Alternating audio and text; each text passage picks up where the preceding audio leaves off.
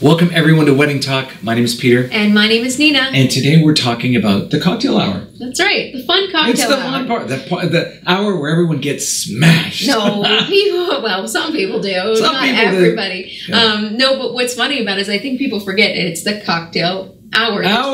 There's two main points to it. So now, how come sometimes cocktail hours are an hour and a half? Sometimes they're an hour and a half. Sometimes they're becoming 2 hours. Here's the thing I think about that. Now, this is just my personal opinion with it. I think it should be an hour.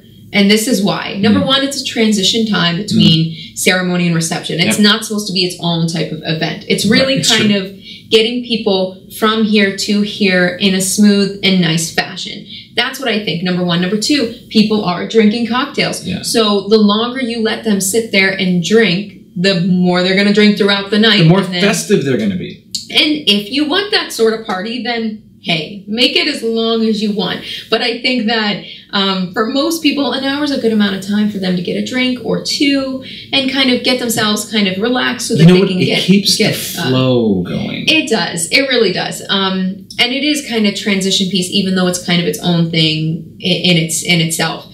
One thing that people say is, you know, the bride and groom say, maybe I shouldn't attend because I want to do the grand entrance and I don't want anybody to see me. But what I would say to that is, unless you have pictures to do, like sometimes there's not enough time and that's where you're taking pictures, and that could be the case. Yep. So you can get a lot of pictures done.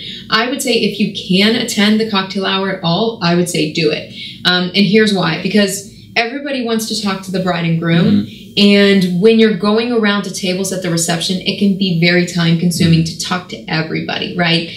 So unless you're doing a receiving line after the ceremony or something, it's very hard to kind of get that one-on-one time. So a cocktail hour is another option for you to do that. And I wouldn't worry about coming back into the reception, right? Because you can always disappear for 10 minutes and then come out and they can introduce you. Sure. And people will go, oh, great. They're now being officially introduced, some of the feedback that I've received from some of our couples has been, we really wanted to experience the whole process. Yeah. And of course they're there at the ceremony, but they wanted to be there at the cocktail hour because they felt like, you know, this is a part where people are mingling and, you know, everybody's being festive and it's a celebration and I'm not there. Yeah. And if you're not getting your photos done, then you're just kind of hanging out, you know, looking at your watch going, okay, when does the reception start? Right. So be a part of it. Yeah. It's okay. It's your party. There's no set rules to what's going on. All of that is out the window now. So if you want to be a part of it and be a part of the whole evening, listen,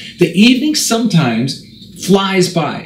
Yeah. And this is your opportunity to be a part of a little bit more of it. Yeah. Absolutely. You're paying for it, so why not be there? That's right. And the other thing I would say is entertainment options. Let's talk about things that they can do and things that we've seen, which obviously there's music choices. So you could do a harpist, you could do a piano player, you could do, your DJ could have music. Trio. You could have a trio. Yeah. You could have an a cappella group, which we saw one time, which was awesome. You know, it was like a group of 10 guys and they were singing in harmony and it was so beautiful. You could have something that is very specific to your culture or how you grew up. You know, maybe you're Italian and you want an accordion player or something, right? So there could be something that ties into your heritage that you want to kind of homage to at that point. You could do that as well. Another thing that we've seen is like a painter or an artist or something, another form of entertainment for people. Whatever's your style too. If you want something a little bit different than great, or if you want to go a little more standard classic, that's fine too. Some soft music is fine as well. But I would say whatever you do, you know, make sure it's an enjoyable experience and I would say keep it not too long. An hour and a half would be max. I wouldn't go 2 hours. Let's talk about open bar or cash bar. Open bar, cash bar. Everyone loves an open bar. Hey, who's not going to love an open bar? You know, it's funny too because a lot of the times when there is an open bar, sometimes you'll have the best man or the maid of honor get up and during their speech they'll go, thank you, Mr. and Mrs. So-and-so for the open bar. Because it's not at every wedding anymore, right? True. So people don't expect that. Yeah. But when they do have it, you know, it's eat, drink, and be merry, right? I find that when it's a cash bar, it's because, you know, people want to kind of make sure that, you know, nobody gets out of hand. It could be that. For drinking, because when it's an open bar, some people, they can drink in excess, and maybe it's not an enjoyable experience for them or anybody else. And, you know, there's other ways of combating that. Like, some people don't do shots at a wedding, right? Like, so they take away, like, you can only get beverages, but you can't get shots. So people aren't purposely, they pare it down to like beer and wine. Yeah, you could do that. You could do that as well. And that is also another way of kind of paring it down if you're nervous about that. Or you could have beer and wine is covered, and any specialty drinks, you know, is at the expense of your guest. If you want to do that, or you can have an open bar, whatever is we had an open bar. We sure did. And people did get very drunk. Ooh, I'm not so gonna drunk. lie. I tell you. The police showed but up. I didn't get drunk. No, we actually didn't have anything. The bride and groom barely ever get a sip, I find. But everybody else was having a blast. No, but we had a blast at our wedding too. Right, so that's true. So the cocktail hour, let's recap.